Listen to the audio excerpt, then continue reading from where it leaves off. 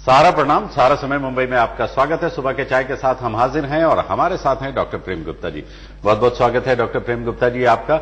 इनसे हम जानेंगे कि आज का दिन कैसा है, साथ ही साथ राशि के अनुसार आज आपका दिन कैसा रहने वाला है। उसके अलावा चूंकि डॉक्टर प्रेम गुप्ता जी एक सीरीज चल रहा है काफी लंबे समय से कि हम अपने हाथों को देखकर अपने आप के बारे में कैसे जान सकते हैं, अपने आसपास जो लोग रहते हैं उनके बारे में कैसे जान सकते हैं, इस पर भी चर्चा चल रही है लंबे समय से। तो आज भी हम उस पर चर्चा करेंगे, लेकिन उससे पहले एक नजर सुर्खियों पर।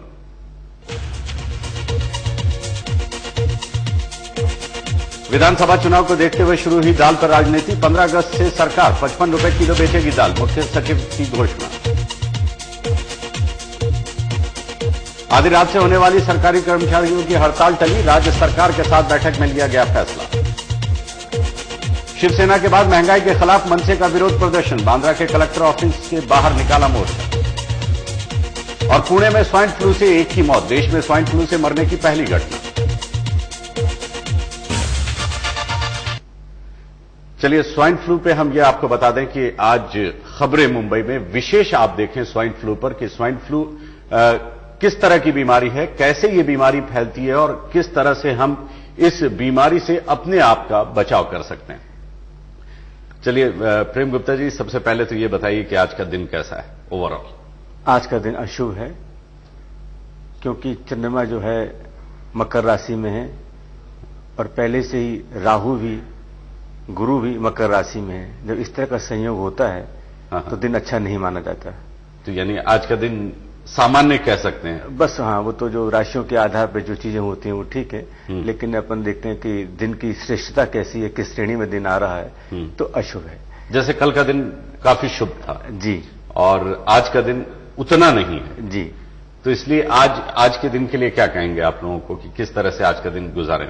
नहीं, कहने में मतलब ऐसी कोई बात नहीं है कि कोई घबराहट वाली बात है कि कुछ हाहाकार मच जाएगा, ऐसा कुछ नहीं है। पर यह कि दिन शुभ नहीं है तो कोई नया काम शुरू करना हो तो विशेष ध्यान देना चाहिए, कोई विशेष मुलाकात करनी हो तो ध्यान देना चाहिए, कोई विशेष अनुष्ठान करना हो तो टाल देना चाहिए, क्योंकि यह दिन शुभ नहीं है तो इन बातों का ख्याल रखना चाहिए। बाकी ऐसी कोई बात नहीं है।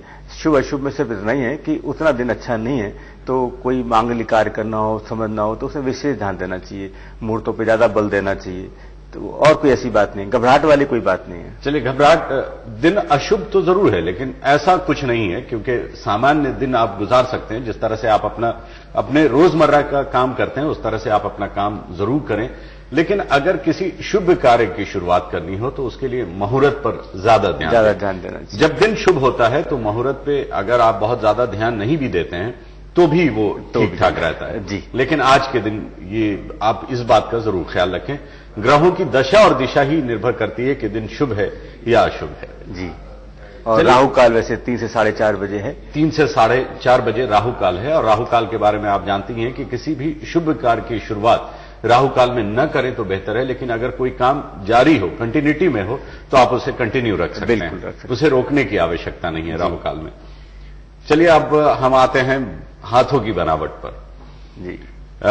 कल हमारी चर्चा हो रही थी नाखून की बनावट जी, कि जो नेल्स हैं उसकी बनावट को देखकर आप कैसे अंदाजा लगा सकते हैं आप अपने बारे में, या फिर आपके आसपास जो लोग रहते हैं या जिनसे आप मिलते जुलते हैं, जिनसे आपकी मुलाकात होती रहती है रेगुलर बेसिस पे, आप कैसे पता कर सकते हैं। तो कल जैसा कि आपने बताया कि नाखून अगर सुंदर है, आकर्षक है, इसका मतलब आदमी भी ठीक ठाक होगा, आकर्षक होगा। हाँ, उनसे आप व्यवहार कर सकते हैं। लेकिन अगर टेढ़े मेढ़े हों, देखने में अजीब से लग रहे हों, तो उनसे बस काम की बात आप करें। टेढ़े मेढ़े हों, रंगों का ध्यान रखना पड़ता है कि रंग कैसे हैं, गुलाबी है कि लालिमा लिए हुए है कि पीलापन है कि नीला है कि काला हो गया है। तो रंगों से भी, जैसे कल मैंने बताया भी था कि अंदर जो आंतरिक रचना, अंदर का जो भी गतिविधियां हैं बॉडी के अंदर, खून हो गया है, तो रंगों से भी, जैसे कल मैंने बताया भी था कि अंदर जो आंतरिक रचना, अंदर का जो भी गतिविधियां हैं बॉडी के अंदर, खून को लेकर है, मसल्स को लेकर है, स्नायुओं को लेकर है,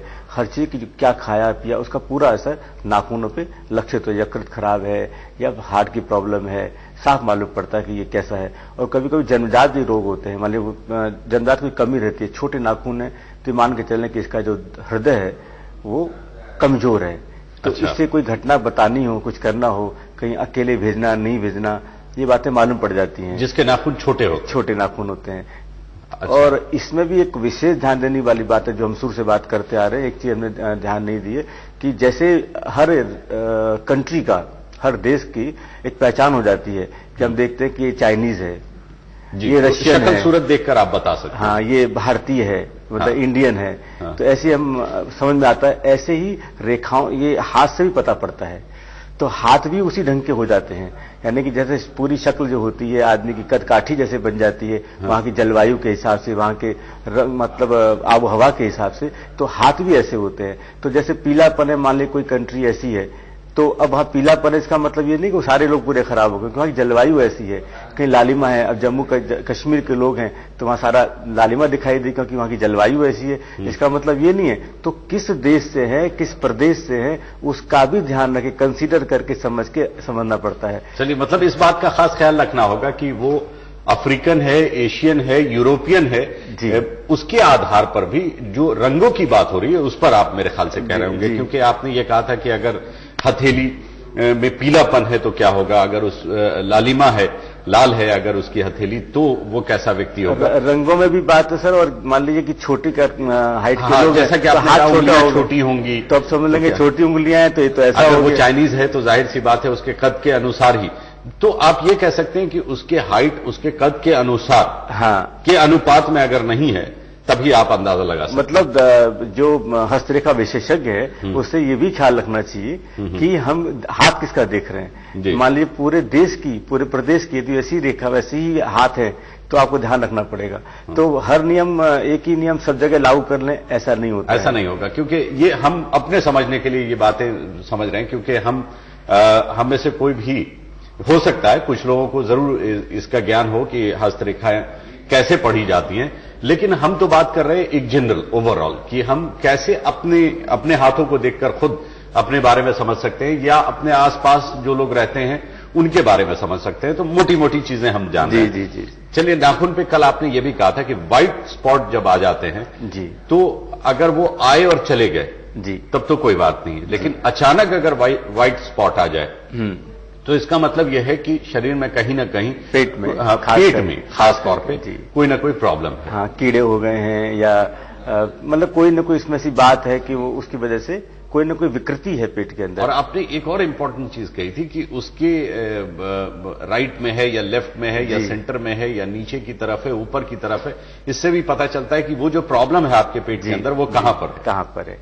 चलिए, ये बड़ी बात है, क्योंकि हम कभी वैद्य के पास स्पेशली जब जाते हैं और डॉक्टर्स के पास भी, तो वो हमारे नब्ज के साथ साथ हमारे नेल्स को भी देखते हैं, और इससे बहुत कुछ पता चल जाता है उन्हें, क्योंकि बहुत सारी बीमारियां तो नाखून से ही जाना जाता है, नाखून ही दर्शाता है जी कि वाकई में आपको ये प्रॉब्लम जल्दी मालूम पड़ता है। यदि पीलापन है तो मालूम पड़ जाएगा कि ये लीवर खराब है और जॉन्डिस हो सकता है, जॉन्डिस बिगड़ सकता है, बिगड़ चुका है, बिगड़ने वाला है, मतलब नाखून देख के उसकी रोकथाम कर सकते हैं। सही बात है। तो बहुत सी बातें हम मतलब कंट्रोल में कर सकते हैं यदि हमारी जानकारी हो तो।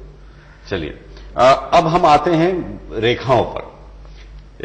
एक सवाल आया था रेखा के बारे में कि हाथों की जो रेखाएं हैं उसके बारे में, कि बहुत सारी रेखाएं दर्शाती तो हैं वो चीज जो थोड़ा बहुत भी जानते हैं, या अपने हाथों को पढ़ लेते हैं या दूसरों के हाथों को पढ़ लेते हैं।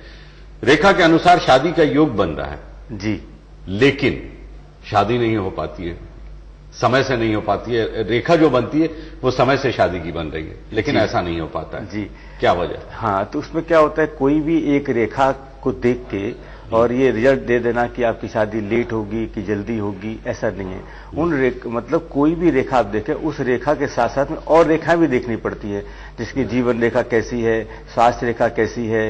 यानी उससे पहले हमें रेखाओं में जाने के पहले हमें यह भी देखना होता है कि जो हाथ है इसमें जो माउंट है, पर्वत जो है, उनका बहुत असर होता है।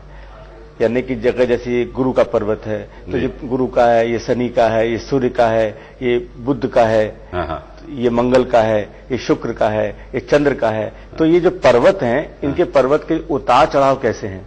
अच्छा। अभी आपने बात की विवाह की, मान विवाह की रेखा से मालूम हो रहा है कि विवाह जल्दी हो जाएगा या हो जाएगा, और नहीं हो रहा है या जल्दी नहीं हो रहा है, तो इससे हमें अंदाज लगा सकते हैं कि शुक्र पर्वत पे कहीं ना कहीं कोई ना कोई प्रॉब्लम है। अच्छा। तो शुक्र का विवाह से लेन देन है। शुक्र जो रेखा है वो प्रेम, ये शुक्र पर्वत जो है वो प्रेम का, कामुकता का, इन चीजों का द्योतक है। यदि यहाँ कोई प्रॉब्लम है तो जो विवाह जो रेखा है उस पर इफेक्ट आएगा। तो जब कोई भी एक रेखा देखते हैं और एक रेखा देख के ये कह देना कि हाँ ऐसे होगा ऐसे नहीं होगा, ये ठीक नहीं है। एक रेखा को देखते देखते हमें ये भी देखना होता है कि साथ में दूसरी रेखाएं क्या कह रही हैं। यानी एक रेखा बताते हैं तो उसके साथ दूसरी रेखाओं का जब तक हम पूरा विशेष अध्ययन नहीं करेंगे तो रिजल्ट सही जाने वाला नहीं। चलिए, ये हमने देखा कि आमतौर पे अगर कोई आपसे ये कह दे, क्योंकि जब तक सही तरीके से आप उसे नहीं पढ़ पाते हैं तब तक सही रिजल्ट भी आपको नहीं मिल पाएगा। वक्त एक छोटे से ब्रेक का, ब्रेक के बाद फौरन हाजिर होंगे।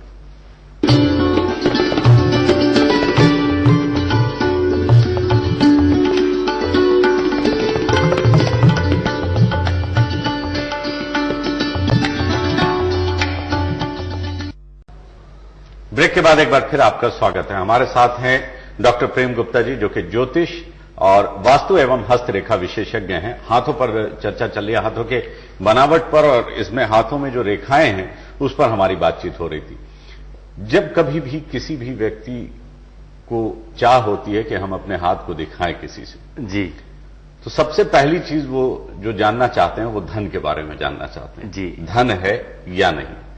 ये भी कहते हैं, ये जनरल बात है, हो सकता है सही भी हो और गलत भी हो, कि अगर हथेली में गड्ढा बनता हो इसका मतलब यह है कि फाइनेंशियल क्राइसिस होगा उसका। जी, मुझे नहीं पता ये सही है या गलत है, लेकिन मैं ये आपसे कंफर्म करना चाहता हूं, क्या ऐसा है?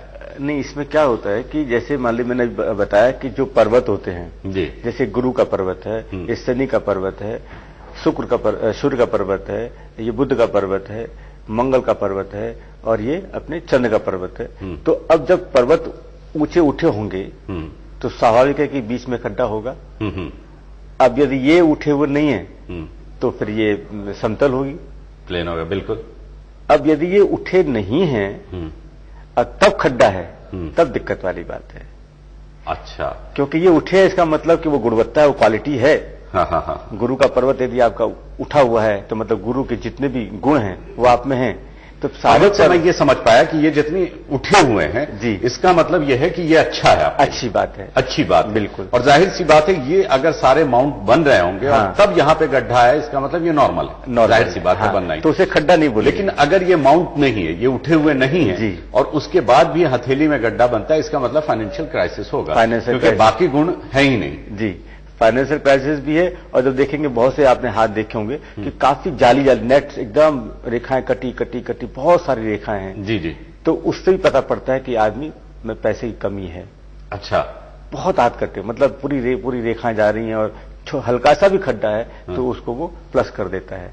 अच्छा, चलिए, तो ये बात तो सही थी कि अगर हथेली में गड्ढा बनता है इसका मतलब यह है कि फाइनेंशियल क्राइसिस होगा, लेकिन ये देखना आवश्यक है कि किस हालत में वो गड्ढा बनता है।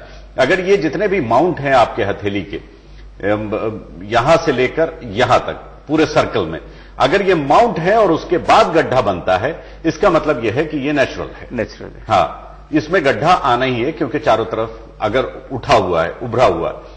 और अगर ये सारे फ्लैट हैं और उसके बावजूद भी गड्ढा बन रहा है, इसका मतलब फाइनेंशियल क्राइसिस होगा। हाथों में बहुत जालियां हो, बहुत सारे निशान हो, इसका मतलब है कि तकलीफ है आपको। बिल्कुल तकलीफ है। चलिए, ये एक ऐसी चीज है जिस पर चाहे जितनी भी चर्चा करें बहुत कम है, क्योंकि हाँ, सिर्फ मोटी मोटी चीजें हम जान सकते हैं। डेप्थ में अगर जाएं तो तब तो उसके लिए स्टडी करना होगा, लेकिन एक ज्ञानी अगर बैठा हो तो उससे ज्ञान लिया जा सकता है कि कैसे हम अपने बारे में समझ सकते हैं, अपने आसपास और अपने दोस्त अहबाब या अपने सर्कल के लोगों को हम कैसे जान सकते हैं, कैसे समझ सकते हैं।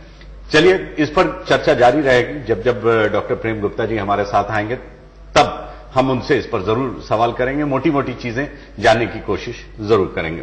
चलिए, अब यह भी बता दीजिए कि राशि के अनुसार आज लोगों का दिन कैसा रहने वाला है, उनका लकी नंबर कौन सा होगा, लकी कलर कौन सा होगा, और आज क्या करें क्या न करें। सबसे पहले मेष राशि वालों का आज शुभ अंक है 4, रंग है लाल। क्या करें? आज सामने से नमस्कार करें, अभिवादन करें। अच्छा। ये चेष्टा न करें कि सामने वाला हमें विश करे तभी हमें कहना है। यदि वो इंतजार न करें तो आपको लाभ होगा। क्या नहीं करें? चेहरे को उदास न रखें। अच्छा। उदासीनता नहीं करें, मतलब ऐसा नहीं लगे कि आप आज किसी चीज में उलझे हैं, फंसे हैं, उदास हैं, ऐसा न हो। जी। वृष राशि वालों का शुभ अंक है 3। जी। रंग है पीला। अच्छा। पीला रंग उनके लिए आज मंगलकारी है। क्या करें? आज पेड़ पौधे में पानी डालें। अच्छा। जहां जितनी भी कोशिश हो, मतलब शुरुआत हो सुबह दिन में आप डालें, आपको आज उससे लाभ होगा। क्या नहीं करें? किसी की बुराई न करें। अच्छा। और खास करके अपने से जो बड़े लोग हैं, माता पिता हैं या अपने बॉस हैं, उच्चाधिकारी हैं, उनकी आज बुराई न करें, ठीक नहीं रहेगा। कोशिश ये करें कि आज किसी की ही बुराई ना करें आप। जी। और मौका अगर मिल जाए आपको, बल्कि थोड़ी सी कोशिश करें तो पेड़ पौधे में जरूर पानी डालें। जी। जहां भी आप जाएं, आपके घर में हो तब तो बहुत अच्छी बात है, वरना आप कहीं भी मौका मिल जाए तो आप जरूर डालें, जिससे आपको लाभ होगा। मिथुन राशि, आज शुभ अंक है 5। अच्छा। 5 अंक इनके लिए मंगलकारी है और रंग है इनके लिए सफेद। जी। क्या करें? आज माता पिता के पैर दबाएं, जो अपने से बुजुर्ग हैं, बड़े, उनके पैर दबाएं। आज खिदमत करें माता पिता का। और पैर दबाने का मौका नहीं मिले तो कम से कम पैर छू के प्रणाम जरूर कर ले। अगर डेली रूटीन में आप ये करते हो तब तो बहुत अच्छी बात है आपके लिए, वरना कम से कम आज के दिन मिथुन राशि वाले जरूर ऐसा करें, उससे आपको पूरा लाभ होगा। ओवरटेक न करें, किसी भी चीज में ओवरटेक न करें। काम में है या वाहन चलाने में है, किसी भी चीज में क्रॉस न करें, जल्दी न करें। हाँ, मतलब ऐसा न समझें कि किसी को पीछा करना है, अपने को आगे निकलना है। मतलब जिसे अतिरिक्त चतुराई बोलते हैं, चालाकी बोलते हैं, ऐसा न करें, उसमें नुकसान है। चलिए, इसके बाद में कर्क राशि। कर्क राशि वालों का मंगलकारी चिन्ह है, आज शुभ अंक है 9। जी। रंग है इनके लिए आसमानी कलर। आज क्या करें? आज उपहार खरीद के किसी को दे नहीं, खरीदना तो है। अच्छा, आज उपहार खरीद लें लेकिन दे नहीं, बस उपहार खरीदें। क्या करें? आज उपहार खरीदें। हाँ हाँ।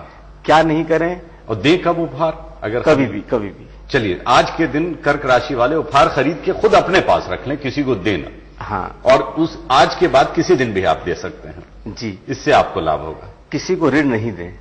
अच्छा। किसी को भी जहां तक हो सके ऋण नहीं दें। कोई बहुत जरूरतमंद है, दान भले दे दें, पर लोन ऐसे अपेक्षा न करें कि इसका रिटर्न हमें कुछ मिलने वाला है। चलिए, आज आपको किसी को लोन नहीं देना है। अगर टाल सकते हैं तो टाल जाएं, लेकिन बहुत जरूरी हो तब आप दे सकते हैं, लेकिन इस उम्मीद के साथ नहीं कि वो वापस आएगा। बिल्कुल ठीक। चलिए, वक्त चला है एक छोटे से ब्रेक का। ब्रेक के बाद फौरन हाजिर हूं।